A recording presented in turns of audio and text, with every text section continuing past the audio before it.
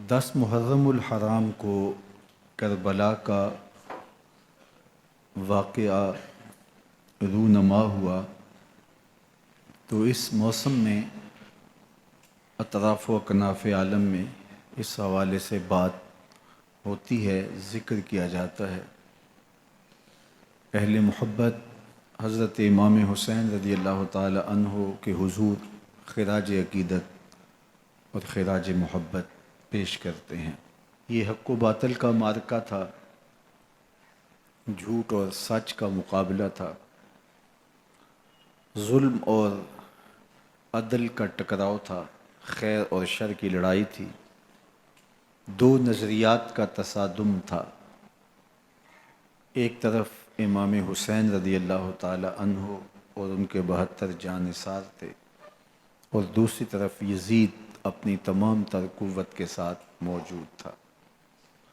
حضرت امام حسین رضی اللہ تعالی عنہ سے مسلسل آخری وقت تک بیعت کا اصرار رہا، اور آپ آخری سانس تک یزید کی بیعت سے انکار کرتے رہے۔ حضرت امام حسین رضی اللہ تعالیٰ عنہ لڑائی کے لیے نہیں آئے تھے، ورنہ خواتین اور بچے ساتھ لانے کا کوئی مقصد نہیں تھا۔ آلات حرب و ضرب بھی نہیں تھے۔ عرب جو اپنے ساتھ سفر پہ معمول کی تلواریں اور اسلحہ جات رکھتے ہیں وہی تھے، اور آپ کو پیشکش بھی کی گئی۔ ترماح بن عدی بن حاتم نے، یہ حاتم تائی کا پوتا تھا، کہا کہ آپ میرے ساتھ ہمارے علاقے میں چلے جائیں۔ جب مختلف بادشاہوں نے عرب پر قبضہ کیا تو ہمارے قبائلی علاقے اس وقت بھی ان سے محفوظ رہے۔ ہم آزاد قبائل ہیں۔ میں چند دنوں میں آپ کی پشت پر 30,000 کا لشکر کھڑا کر دوں گا جو جانثار ہوگا۔ لیکن حضرت امام حسین رضی اللہ تعالیٰ عنہ نے ترماح بن عدی کی اس پیشکش کو قبول نہیں کیا اور آگے بڑھے۔ دشت نینوا میں، جسے دشت کربلا بھی کہتے ہیں، حر بن یزید ریاحی 500 سواروں کو ساتھ لے کر کے حضرت امام حسین کو محصور کر دیتا ہے، اور پھر یزید کا لشکر وہاں جمع ہونا شروع ہو جاتا ہے۔ 22,000 یا 30,000 کا لشکر امام حسین رضی اللہ تعالی عنہ کے اطراف میں لگا دیا گیا۔ 3 دن تک اس خانوادے کے لیے پانی بند کر دیا گیا۔ پانی کے بغیر تو انسان کی زندگی معطل ہو جاتی ہے، اور 3 دن کی مسلسل پیاس، اور پیاس میں بلکتے 6 ماہ کے بچے، خواتین اور بوڑھے۔ لیکن عزیمت کی راہوں کے یہ مسافر کسی صورت بھی یزید سے بیعت کرنے پہ آمادہ نہ ہوئے۔ یہ ایک حیلہ تھا کہ پانی بند کریں گے، بچے بلکیں گے، خواتین بے چین ہو جائیں گی تو یہ مجبور کر دیے جائیں گے۔ لیکن کہا تم جو کرنا ہے کرو۔ یہ بات طے شدہ ہے کہ ہم یزید سے بیعت نہیں کریں گے۔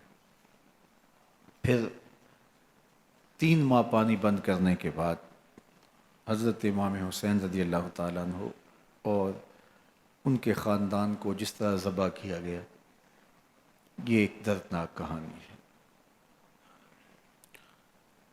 72 افراد کربلا میں شہید کر دیے گئے۔ اہل حق کا یہ قافلہ بھوک اور پیاس سے نڈھال تھا، لیکن عزیمت کی راہوں کا یہ مسافر سرنگوں نہیں ہوا اور یزید کے ہاتھ پہ بیعت نہیں کی۔ امام حسین رضی اللہ تعالی عنہ آپ کے بیٹے، بھائی، بھتیجے، بھانجے، اعیان و انصار، محبین شہید کر دیے گئے۔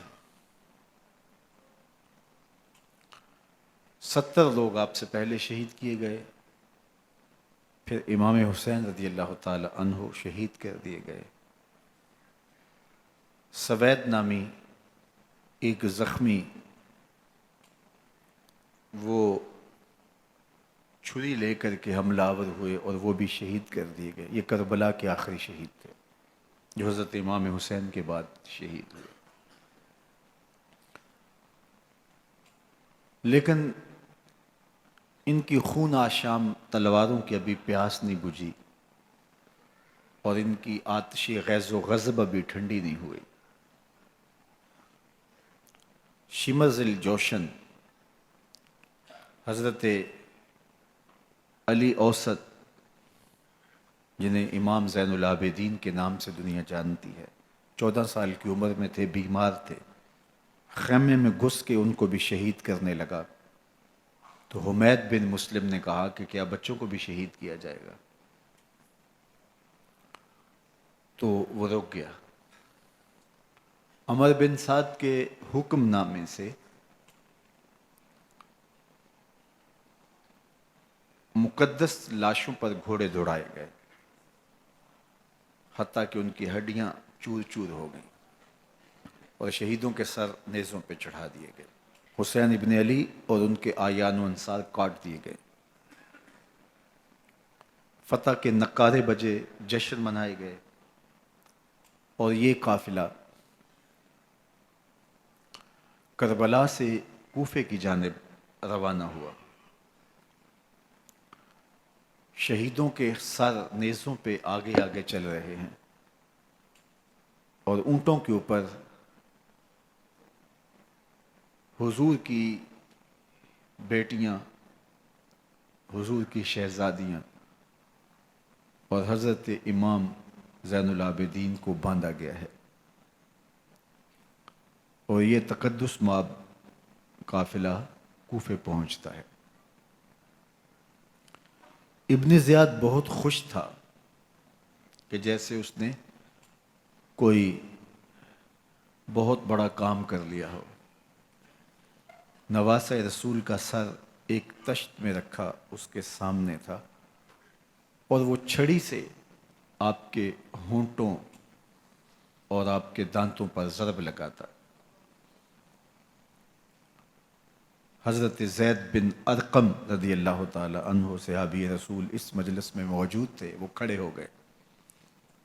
غصے سے ان کا بدن کانپ رہا تھا اور آپ نے کہا، ظالم، چھڑی کو یہاں سے ہٹا لے. میں نے خود ان آنکھوں سے رسول اللہ کو یہ ہونٹ چومتے ہوئے دیکھا ہے. ابن زیاد غصے میں بپھرا ہوا بولا، اگر تو بوڑھا نہ ہوتا تو میں تیری گردن اڑا دیتا. حضرت زید بن ارقم روتے ہوئے دربار سے باہر نکلے اور ساتھ اہل کوفہ کو مخاطب کر کے کہا کہ اہل کوفہ، تم نے حسین ابن علی کو شہید کر دیا اور ابن مرجانہ کے غلام بن گئے. حضرت زینب سلام اللہ علیہا ایک کونے میں بیٹھی تھی، پرانے کپڑوں میں ملبوس. ایک وہ وقت بھی تھا کہ سیدہ زینب سلام اللہ علیہا جب کوفے میں آئیں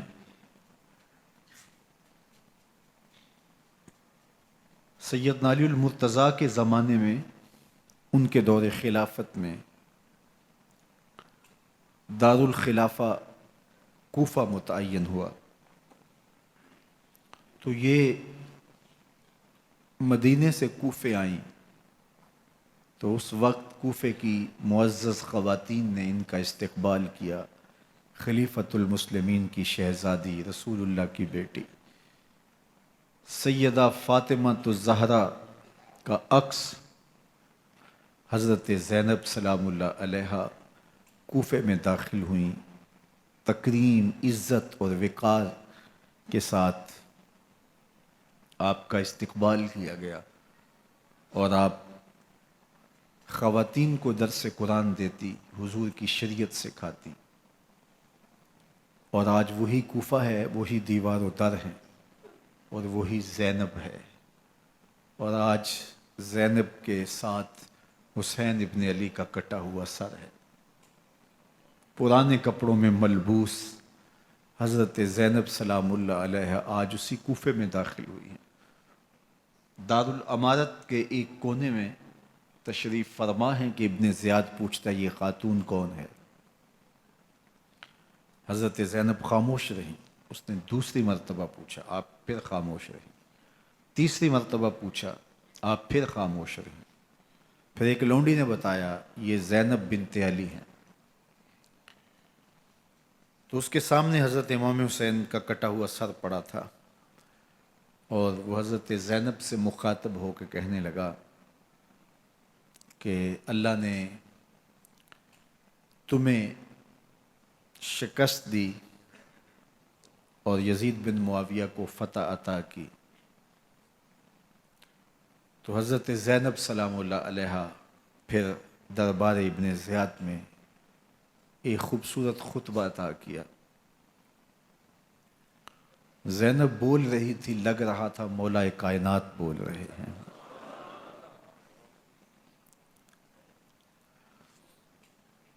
یہ خطبہ بامر مجبوری تھا، ابن زیاد کی خرافات کا جواب تھا۔ تو ابن زیاد سے اس کا جواب تو نہ بن پڑا، لیکن کہنے لگا کہ بڑی مکفّہ اور مسجع گفتگو کی، تمہارا باپ علی بھی بہت اچھا شاعر تھا۔ تو سیدہ زینب سلام اللہ علیہ نے فرمایا ہمیں مکفّہ گفتگو سے کیا غرض، یہ تو ایک حقیقت ہے جو ہم نے بیان کی۔ تو حضرت علی اوسط امام زین العابدین بھی پاس تھے، تو دیکھ کر کے کہنے لگا کہ یہ لڑکا کون ہے؟ تو فرمایا میں علی بن حسین ہوں۔ تو کہا کہ انہیں تو قتل کر دیا گیا۔ کہا وہ میرے بھائی تھے اور ان کا نام بھی علی تھا، میرا نام بھی علی ہے۔ تو اس نے کہا کہ اس لڑکے کو لے جاؤ اور قتل کر دو۔ حضرت زینب علی اوسط امام زین العابدین کے ساتھ چمٹ گئیں اور کہا کہ اگر تم اسے قتل کرو گے تو اس کے ساتھ مجھے بھی قتل کرنا ہوگا۔ تو ابن زیاد کہنے لگا کہ یہ عورت سچ کہتی ہے، واقعی اس کے جذبات یہی ہیں۔ اور الصلاۃ جامعہ کی پکار کے ساتھ مسجد کوفہ میں آ گیا۔ کوفے کے لوگ سارے ابن زیاد کے سامنے تھے۔ امام حسین کا کٹا ہوا سر ابن زیاد کے سامنے تھا، اور اس نے کہا کہ اللہ نے یزید بن معاویہ کو فتح دی اور کذاب ابن کذاب معاذ اللہ حسین ابن علی کو شکست دی۔ جب اس نے یہ بات کہی تو عبداللہ بن عفیف الازدی رضی اللہ تعالی عنہ موجود تھے، وہ کھڑے ہو گئے۔ غصے سے ان کا بدن کانپ رہا تھا، اور آپ نے پوری ہمت کے ساتھ ابن زیاد کو جواب دیتے ہوئے کہا، ظالم، حسین سچا، حسین کا باپ بھی سچا، تو جھوٹا، تیرا باپ بھی جھوٹا، جس نے تجھے امیر بنایا وہ بھی جھوٹا۔ تو ابن زیاد نے جب اپنے بارے عبداللہ بن عفیف سے یہ بات سنی تو اس نے حکم دیا کہ ان کا سر کاٹ دیا جائے، اور پھر حضرت عبداللہ ابن عفیف رضی اللہ تعالی عنہ کو شہید کیا گیا اور ان کی لاش کو سولی چڑھا دیا گیا۔ حق کی راہ کے یہ مسافر اپنی جان کس طرح راہ خدا میں سپرد کر رہے تھے۔ اہل کوفہ سہمے ہوئے، ڈرے ہوئے ابن زیاد کے دربار میں بیٹھے تھے، اور امام حسین رضی اللہ تعالی عنہ کے قتل کا، ان کی شہادت کا انہیں دکھ تو تھا، لیکن ان کے اندر ہمت، طاقت اور توانائی نہیں تھی۔ ان کی تلواریں یزید کے ساتھ رہیں اور دل امام حسین رضی اللہ تعالی عنہ کے ساتھ رکھنے کی بات کرتے تھے۔ پھر یہ قافلہ کوفہ سے چلتے چلتے دمشق کی جانب عازم سفر ہوا. ایک اونٹ پہ تین تین لوگوں کو سوار کیا گیا تھا. امام زین العابدین کو سوار بھی کیا گیا اور بدن پر زنجیریں بھی باندھی گئیں، جکڑ کر کے سواری پہ بٹھایا گیا. اللہ اکبر. جہاں جہاں سے یہ لوگ گزرتے لوگوں کو ان کی حالت پہ رحم آتا. بہت سارے لوگ نہیں جانتے تھے یہ کون ہیں. عمومی طور پہ راستوں میں یہی بتایا گیا کہ کچھ باغی لوگ ہیں جنہوں نے حکومت سے بغاوت کی، تو ان کے کیفر کردار تک پہنچا دیا گیا. راستے میں ایک گرجا گھر آیا اور وہاں یہ لوگ رات رکتے ہیں. گرجا گھر کی دیوار پہ لکھا ہوا تھا: اترجو امت قتلت حسین شفاعت جدہ یوم الحساب. کیا وہ امت جنہوں نے حسین ابن علی کو شہید کیا قیامت کے دن انہی کے نانے سے شفاعت مانگیں گے؟ کس منہ سے شفاعت طلب کریں گے؟ اسی حسین ابن علی کے نانا سے جن کے بیٹے کو، جن کے شہزادے کو، نواسے کو ان لوگوں نے شہید کیا. جب یہ تقدس مآب قافلہ دمشق پہنچا تو راستے میں ایک شخص قرآن مجید کی تلاوت کر رہا تھا. اپنے مکان کی چھت پہ بیٹھ کے تلاوت کر رہا تھا، اور یہ قافلہ اس طرح سے گزر رہا تھا کہ شہیدوں کے کٹے ہوئے سر نیزوں کی نوک پہ تھے، اور عصمت شیار خواتین اور امام زین العابدین اونٹوں پہ بندھے ہوئے تھے. تو پڑھنے والا تلاوت کر رہا تھا کہ کہف اور رقیم یہ ہماری نشانیوں میں سے بڑی عجیب نشانیاں ہیں. تو جب وہ پڑھ رہا تھا تو سر حسین سے آواز آئی: یا تالی القرآن، اے قرآن پڑھنے والا. اصحاب کہف سے زیادہ عجیب قتلی و حملی، میرا قتل کرنا اور نیزے کی نوک پہ چڑھایا جانا ہے. یہ قافلہ یزید کے دربار میں پہنچتا ہے. یزید بہت خوش ہوا اور اس نے حضرت امام زین العابدین رضی اللہ تعالیٰ عنہ سے کہا کہ تمہارے باپ نے میری حکومت کے خلاف بغاوت کی اور وہ اپنے انجام کو پہنچے. تو آپ نے جواب میں قرآن مجید کی آیات کی تلاوت کی اور اہل بیت کے مناقب اور فضائل بیان کیے. سیدہ زینب سلام اللہ علیہا کا ایک خطبہ اہل بیت کی عظمت، مناقب اور فضائل میں یزید کے دربار میں اپنی انوکھی اور البیلی شان رکھتا ہے. یزید پہلے تو خوش ہوا، لیکن جب اس نے لوگوں کے چہرے دیکھے تو وہ پریشان ہو گیا. حتیٰ کہ یزید کے دربار میں ایک عیسائی سفیر آیا ہوا تھا، تو اس نے جب کٹے ہوئے سر دیکھے اور خستہ حال سادات کی شہزادیوں کو دیکھا تو اس نے کہا یہ کون لوگ ہیں؟ تو اسے بتایا گیا. تو اس نے بڑے تاسف کا اظہار کیا، کہا کتنے بد نصیب لوگ ہو، ہمارے پاس حضرت عیسیٰ علیہ السلام کے گدھے کا کھر موجود ہے اور ہم اسے بھی عزت کی جگہ پہ رکھے ہوئے ہیں، اور تم کتنے بدبخت ہو اپنے رسول کے نواسے کو شہید کر دیا. بے مروت بے وفا تیرا بھی کیا افسانہ ہے، جس نے اپنی ہی شمع کو گل کیا تو وہ پروانہ ہے. تو یزید نے جب لوگوں کے تیور دیکھے اور بدلتے ہوئے حالات دیکھے تو اس نے تاسف کا اظہار کیا اور کہا اللہ برا کرے ابن زیاد کا، وہ امام حسین کو میرے تک پہنچنے دیتا تو میں ان سے اچھا معاملہ کر لیتا. کچھ لوگ اس سے یزید کو بری الذمہ قرار دینے کی کوشش کرتے ہیں، لیکن یزید کے اپنے حکم سے سب کچھ ہوا۔ ابن اسیر نے لکھا ہے کہ جب یزید مرا تو ابن زیاد دمشق آ رہا تھا، اس کے ساتھ مسافر بن شریح بھی تھا، تو اچانک وہ کچھ سوچنے لگا۔ تو مسافر بن شریح نے کہا کہ ابن زیاد میں تمہیں بتاؤں تم کیا سوچ رہے ہو؟ کہا بتاؤ۔ کہا تم یہ سوچ رہے ہو کہ میں نے نواسہ رسول کو شہید کیوں کیا؟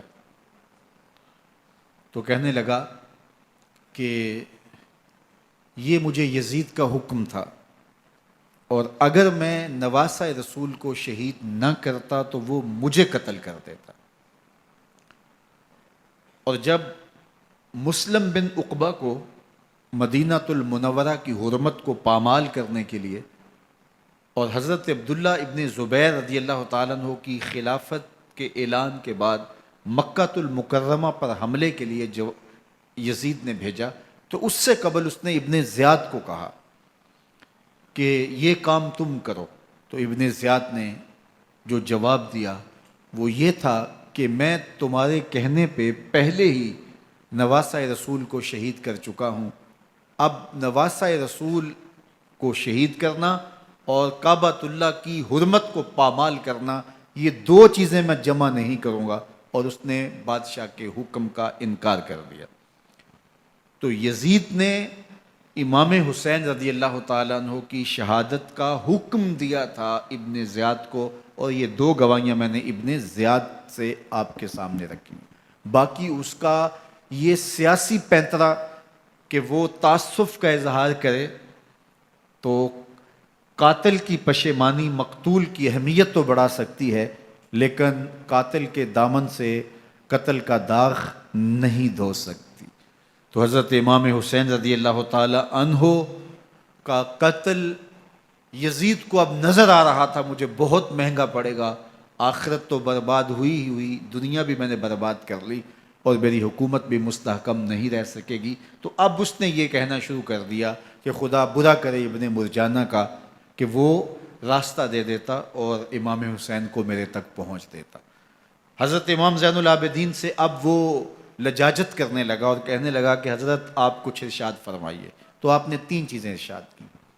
آپ نے فرمایا ایک تو ہمیں خیریت سے مدینے بھیج دو، اور دوسری بات کہ قاتلان حسین کو ان کے کیفر کردار تک پہنچاؤ، اور تیسری بات مجھے دمشق کی جامعہ مسجد میں خطبہ جمعہ کی اجازت دو۔ اس نے کہا کہ خطبہ جمعہ کی اجازت بھی دیتا ہوں، آپ کو خیریت سے مدینہ المنورہ بھی روانہ کر دیا جائے گا، لیکن قاتلان حسین کو کیفر کردار تک پہنچانا یہ میرے بس میں نہیں ہے، یہ ممکن نہیں ہے۔ اب مجھے بتائیے، حاکم وقت ہو اور اتنا بڑا سانحہ اور واقعہ ہو گیا ہو، تو وہ وہیں کھڑے کھڑے معذرت کر لے کہ یہ اس بات کو رہنے دو، تو اس کا مطلب سمجھنے میں کسی بھی باشعور شخص کو دیر نہیں لگتی۔ اسے چاہیے تھا کہ وہ کہتا کہ میں اس کی تحقیق کروا کے جو بھی مجرم ہے وہ کیفر کردار تک پہنچے گا، اور آپ نہ بھی کہتے تو یہ میں کرتا چونکہ میں حاکم وقت ہوں۔ لیکن اس نے فوراً کہا کہ یہ ممکن نہیں ہے، تو اس کا مطلب کیا کہ مجرم میں خود ہوں، تو میں اس سے جو ہے وہ بچنا چاہتا ہوں۔ تو اس نے حضرت امام زین العابدین کو کہا دو شرطیں تو قبول ہیں، لیکن یہ تیسری شرط قبول نہیں ہے اور یہ ممکن نہیں ہے۔ تو یہ واضح اس بات کا اشارہ ہے کہ یزید کے حکم سے، اس کی منشا سے اور اس کے کہنے سے حضرت امام کو شہید کیا گیا، اور اس نے حضرت امام حسین رضی اللہ تعالی عنہ کے مبارک لبوں پر چھڑیاں بھی ماری اور آپ کے دانتوں پر ضربیں لگائیں چھڑیوں کی۔ وہ تو ایک صحابی وہاں موجود تھے جو کھڑے ہو گئے، انہوں نے کہا ارفع ھذا القدیب عن ھاتین الشفتین، ان ہونٹوں سے چھڑی ہٹا لے، میں نے ان آنکھوں سے رسول اللہ کو یہ ہونٹ چومتے ہوئے دیکھا ہے۔ جس طرح ابن زیاد کے دربار میں ہوا تو یہاں بھی ہوا۔ اللہ اکبر۔ تو یزید اپنے تئیں خوش تھا، لیکن لوگوں کے احتجاج کی سکت نہیں لا سکتا تھا کہ نواسہ رسول کو شہید کر دیا گیا، تو وہ یوں اپنی بات کو چھپانا چاہتا تھا، اور بات ابن مرجانہ ابن زیاد پہ ڈالنا چاہتا، لیکن ابن زیاد کہتا ہے کہ اگر یزید کے کہنے پہ میں امام حسین کو قتل نہ کرتا تو میں قتل کر دیا جاتا، اور میں غزوہ کعبہ اور قتل امام حسین دونوں کو جمع نہیں کر سکتا، لہٰذا اب میں یزید کا یہ حکم نہیں مانوں گا، اس نے پہلے مجھ سے بہت بڑی زیادتی کروائی ہے۔ یہ تاریخ کی معتبر کتابوں کے اندر موجود ہے۔ اب یزید نے کہا دو باتیں مان لیتا ہوں، آپ کو مدینہ المنورہ بھی رخصت کر دیتے ہیں، اور دوسرا آپ کو مسجد دمشق میں خطبہ کی اجازت بھی دیتے ہیں۔ اللہ اکبر، یہ وقتی تصرف تھا اس کا، ورنہ یہ کون ہے اجازت دینے والا؟ ممبر تو حسین ابن علی کے نانے کا ہے۔ خیر، مسجد دمشق میں گئے، لوگوں کا ہجوم تھا، حضرت امام زین العابدین ممبر پہ جلوہ فراز ہوئے، خطابت تو ان کے گھر کی لونڈی ہے، تو جب آپ نے کھڑے ہو کر کے خطبہ دیا اور فضائل و مناقب اہل بیت بیان کیے، لوگوں کے سینوں کے اندر آتش محبت اہل بیت کی جوش مارنے لگی۔ یزید ڈر گیا کہ اگر کچھ دیر خطبہ جاری رہا تو کہیں ایسا نہ ہو کہ لوگ میرے خلاف اٹھ کھڑے ہوں، تو اس نے مؤذن کو اشارہ کیا اور وہ اذان دینے لگا، تو اس نے کہا اللہ اکبر اللہ اکبر، تو حضرت امام زین العابدین نے کہا اس میں کوئی شک نہیں کہ اللہ سب سے بڑا ہے۔ پھر کہا اشہد اللہ الہ الا اللہ، تو امام زین العابدین نے فرمایا کہ ہم نے اس بات کی اپنے خون سے گواہی دی ہے کہ اللہ کے علاوہ کوئی معبود نہیں ہے۔ پھر اس نے کہا اشہد ان محمد رسول اللہ، تو حضرت امام زین العابدین نے یزید کی آنکھوں میں آنکھیں ڈال کے کہا یزید دیکھ، اذان میں تیرے نانے کا نام ہے یا میرے نانے کا نام ہے؟ تو حسین ابن علی رضی اللہ تعالیٰ عنہ کا نام کبھی بھی مٹنے والا نہ زیاد کا وہ ستم رہا، نہ یزید کی رہی وہ جفا، رہا تو نام حسین جسے زندہ رکھتی ہے کربلا۔ یزید نے امام حسین رضی اللہ تعالیٰ عنہ کو راستے سے ہٹا دیا، اس کا خیال تھا کہ یہ باغی ہیں اور میں ان کو کچل دوں۔ حضرت امام حسین شہید کر دیے گئے، ان کا خاندان شہید کر دیا گیا۔ صرف 14 سال کے امام زین العابدین رضی اللہ تعالی عنہ اس حادثے میں، اس واقعہ میں جو ہے وہ بچے، اور سب سے زیادہ دکھ اپنی آنکھوں سے انہوں نے دیکھے، کربلا کا منظر بھی دیکھا، کوفے کا دارالامارہ بھی دیکھا، اور دمشق کا دربار یزید بھی دیکھا، اور پھر یہاں سے مدینے پہنچ کر اہل مدینہ سے جو سامنا ہوا امام زین العابدین نے وہ لمحے بھی دیکھے۔ کہتے ہیں اس واقعہ کربلا کے بعد حضرت امام زین العابدین کبھی ہنسے نہیں تھے، جب بھی پانی پینے لگتے تو رو پڑتے، انہیں شاید سکینہ کی پیاس یاد آ جاتی تھی۔ امام زین العابدین کا رنگ زرد ہو جاتا جب کربلا کی یاد آتی، اور بسا اوقات شہر سے وحشت ہونے لگتی اور دور باہر نکل جاتے اور جا کر کے وہاں خیمہ گاڑ لیتے اور مہینہ مہینہ وہاں ذکر و فکر اور عبادت میں لگے رہتے۔ امام زین العابدین کے ہاتھوں میں ہتھ کڑیاں، پاؤں میں زنجیریں، اور اونٹ پہ باندھ کر کے جب حضرت امام زین العابدین کو شہیدوں کی لاشوں کے قریب سے گزارا گیا تو غشی پہ غشی طاری ہو رہی تھی امام زین العابدین پہ، اور وہ گھڑیاں بھی امام زین العابدین پر کتنی دردناک تھیں کہ جب شہزادیاں اونٹوں کے ساتھ باندھی گئی تھیں اور امام زین العابدین اپنے بابا کا سر اپنے سامنے چلتا ہوا دیکھتے تھے، اور یہ دردناک لمحے کہ جب رات کی گھڑی آئی تو زینب سلام اللہ علیہ نے دیکھا کہ زین العابدین کے آنسو نہیں تھمتے اور ان کو غشی پہ غشی آتی ہے، تو وہ آگے بڑھ کے ان کو اپنی آغوش میں سمیٹتی ہیں اور کہا زین العابدین کیا ہوا؟ کہا کہ پھپھو جان اگر ہو سکے تو بابا کا سر کچھ دیر کے لیے میری گود میں نہیں آ سکتا ہے۔ وہ وقت بھی امام زین العابدین پہ آتا ہے جب زخم اور درد اور دکھ حد سے تجاوز کرتے ہیں تو زین العابدین مدینہ کی طرف منہ کر لیتے ہیں اور حضور کی بارگاہ میں ہوا کے ہاتھوں پیغام بھیجتے ہیں، ان نلتا یا ریح الصبا یومن الی ارض الحرمی بلغ سلامی روزتن فیہ النبی المحترمی یا رحمت للعالمین ادرک لزین العابدی محبوس عید الظالمی فی الموکب والمزدحمی۔ امام زین العابدین نے یہ سارا دردناک منظر اپنی آنکھوں سے دیکھا اور یہ سارے دکھ سہے۔ امام زہری کہتے ہیں کہ ولید کے زمانے میں دوبارہ امام زین العابدین کو پکڑ لیا گیا اور ان کے ہاتھوں میں دوبارہ ہتھ کڑیاں اور پاؤں میں بیڑیاں ڈال دی گئیں۔ میں ملنے گیا تو جو ہی امام کے ہاتھوں میں ہتھ کڑیاں دیکھی تو میرا دل ڈولنے لگا اور میری آواز گلے میں دب گئی اور آنسو تھے کہ تھمتے نہیں تھے۔ تو امام زین العابدین نے مجھے دیکھا تو مجھے تسلی دیتے ہوئے کہا زہری کیا ہوا تمہیں؟ تو میں نے کہا حضرت کربلا میں تھوڑے دکھ دیکھے تھے اور اب یہ حالت مجھ سے دیکھی نہیں جا رہی۔ تو امام زین العابدین نے ان زنجیروں کو اور ان ہتھ کڑیوں کو جن سے آپ جکڑے گئے تھے جھٹکا دیا، لوہے کی زنجیریں ٹوٹ گئیں۔ کہا زہری ہم اللہ کی تقدیر پہ راضی ہے ورنہ یہ زنجیریں کیا ہوتی ہیں۔ امام زین العابدین کو اللہ نے عزتوں سے نوازا تھا، ہر دور کے حاکم وقت ڈرتے تھے اور ان کی عزت سے حسد کرتے تھے۔ ولید بن عبد الملک بنو امیہ کا بڑا تگڑا حکمران گزرا ہے۔ ایک دن طواف کرتے کرتے حجر اسود کے سامنے آیا اور اس کے دل میں آیا کہ میں حجر اسود کو بوسہ کروں، لیکن رش اتنا تھا کہ آگے بڑھنے کی ہمت نہ ہوئی اور پیچھے ہٹ کے کھڑا ہو گیا کہ رش کم ہوتا ہے تو میں حجر اسود کو چومتا ہوں۔ اتنے میں امام زین العابدین رضی اللہ تعالی عنہ وہ بھی طواف کرتے کرتے حجر اسود کے قریب آئے، ایک لمحے کے لیے توقف کیا، لوگوں نے راستہ چھوڑ دیا۔ امام زین العابدین آگے بڑھے، حجر اسود کو چوما، پھر آگے بڑھ گئے۔ ولید بن عبد الملک کو بڑا غصہ آیا کہ لوگوں نے میرے لیے تو راہیں نہیں چھوڑی اور زین العابدین کے لیے راہیں چھوڑ دی ہیں۔ تو وہ اپنے درباری شاعر کو، فرزدق کو جو اس کے ساتھ کھڑا تھا، اس کو پوچھتا ہے من ھذا، یہ کون ہے؟ حالانکہ اسے پتا تھا یہ امام زین العابدین ہے۔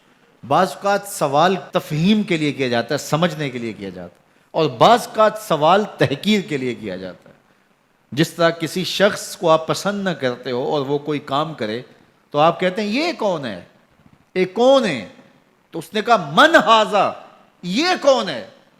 اب فرزدق شاعر تھا اور درباری شاعر تھا، اسے اچھی طرح پتا تھا کہ من ھذا سے بادشاہ کیا سننا چاہتا ہے، لیکن آج اس کی غیرت ایمانی جاگی۔ بادشاہ نے کہا من ھذا، یہ کون ہے؟ تو فرزدق نے بادشاہ کی آنکھوں میں آنکھیں ڈال کے کہا بادشاہ تو نہیں جانتا یہ کون ہے؟ اس کو تو بطحا کے سنگ ریزے بھی جانتے ہیں، اس کو تو زمین والے بھی جانتے ہیں، آسمان کے فرشتے بھی جانتے ہیں۔ یہ فاطمہ کا بیٹا ہے، یہ علی کا شہزادہ ہے، یہ رسول اللہ کا نواسہ ہے۔ تیرا من ھذا کہنا اس معرفہ کو نکرا نہیں کرے گا، یہ کل بھی معرفہ تھا، یہ آج بھی معرفہ ہے۔ کھڑے کھڑے امام زین العابدین کی شان میں ایک طویل قصیدہ لکھ دیا۔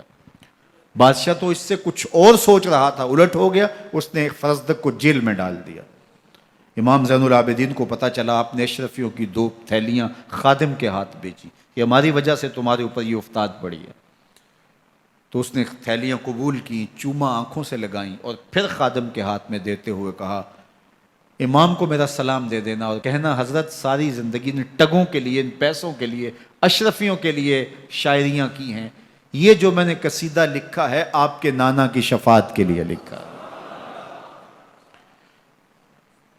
جو دلوں کو فتح کر لے وہی فاتح زمانہ۔ امام حسین کو تو کاٹ دیا گیا نا، اس لیے کاٹ دیا گیا کہ یہ ہماری حکومت سے بغاوت کر رہے ہیں، انہوں نے یہ کہا، بہانہ یہ بنایا، نظم حکومت میں یہ مخل ہو رہے ہیں، لہٰذا انہیں شہید کر دیا گیا۔ نہ صرف انہیں شہید کیا گیا، سر کاٹے گئے، نیزوں کی نوک پہ چڑھائے گئے، لاشوں پہ گھوڑے دوڑائے گئے۔ کیا کیا ظلم تھا، کیا کیا جبر تھا جو روا نہیں رکھا گیا۔ پیاسا رکھا گیا، بھوکا رکھا گیا، 6 ماہ کے بچے بھی نہیں چھوڑے گئے۔ امام حسین جب حضرت علی اصغر کو اپنے ہاتھوں پہ اٹھا کے فرات کے کنارے جا کھڑے ہوئے تو آپ نے اشقیاء سے مخاطب ہو کے کہا کہ تمہاری لڑائی تو مجھ سے ہے، اس 6 ماہ کے بچے نے تمہارا کچھ نہیں بگاڑا۔ چلو سے پانی بھرا تاکہ اصغر کا حلق تر ہو جائے، تو پانی ابھی حلق تک نہیں پہنچا، 2 شاخہ سنسناتا ہوا تیر آیا اور علی اصغر کا گلا چیر گیا۔ اور کہتے ہیں وہ جو تیر تھا جو حضرت علی اصغر کا گلا چیر کے آگے گزرتا ہے، وہ تیر تھا جو جانوروں کو مارنے کے لیے استعمال کیا جاتا ہے۔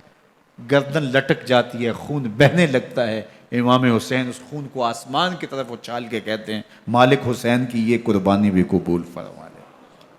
نسل مٹا دی گئی، شہید کر دیے گئے، گھوڑے دوڑائے گئے، سادات کرام عصمت شعار پیغمبر زادیوں کو اونٹوں پہ بٹھایا گیا، رسیوں سے جکڑا گیا، چادریں چھیننے کی کوشش کی گئی، کیا کچھ نہیں ہوا۔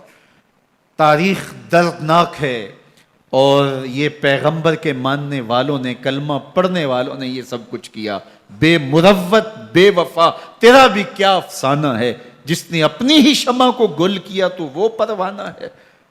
لیکن یزید کی دلیل یہ تھی کہ یہ حکومت کا نظم چلتا ہے، اسے چلنے دیا جانا چاہیے، انہوں نے کیوں رکاوٹ ڈالی ہے، لہٰذا یہ باغی ہیں، ان کو کاٹ دیا جائے۔ میں کہتا ہوں امام حسین کو شہید کر دیا گیا، ان کے اعیان و انصار کو شہید کر دیا گیا، پورے خاندان کو پیاسا رکھ کے ذبح کر دیا گیا، 6 ماہ کے بچے بھی نہیں چھوڑے گئے، 80 سال کے بوڑھوں کو بھی شہید کیا گیا، خواتین کو اونٹوں پہ بٹھایا گیا اور گلی گلی عصمت معاب پیغمبر رحمت کی شہزادیوں کو کوفے اور دمشق کے بازاروں کے اندر بھرایا گیا۔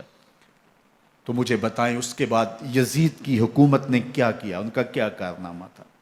کتنے محدث پیدا ہوئے، کتنے مفکر پیدا ہوئے، کتنے جرنیل پیدا ہوئے، کتنے صوفی پیدا ہوئے؟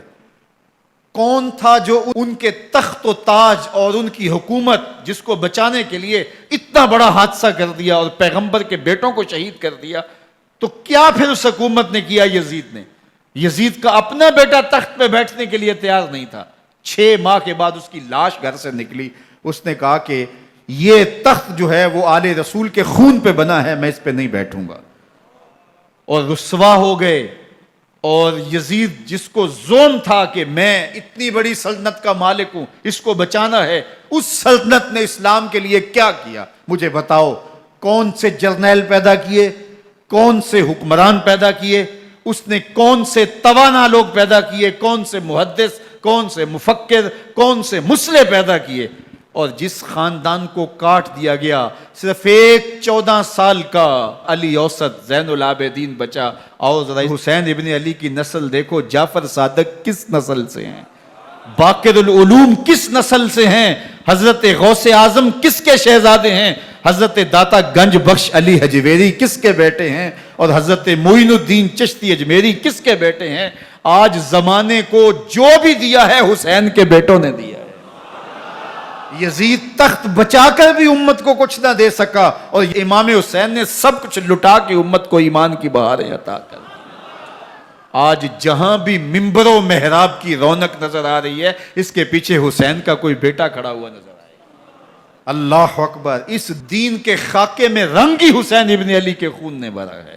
حسین اگر نہ شہید ہوتا تو آج گھر گھر یزید ہوتا، اسلام کی عظمت عیاں نہ ہوتی، خدا کے گھر میں اذاں نہ ہوتی، بار الہا نوحہ سناتا پھرتا، تا روز جزا اشک بہاتا پھرتا، امداد نہ کرتے اگر کربلا میں حسین، اسلام تیرا ٹھوکریں کھاتا۔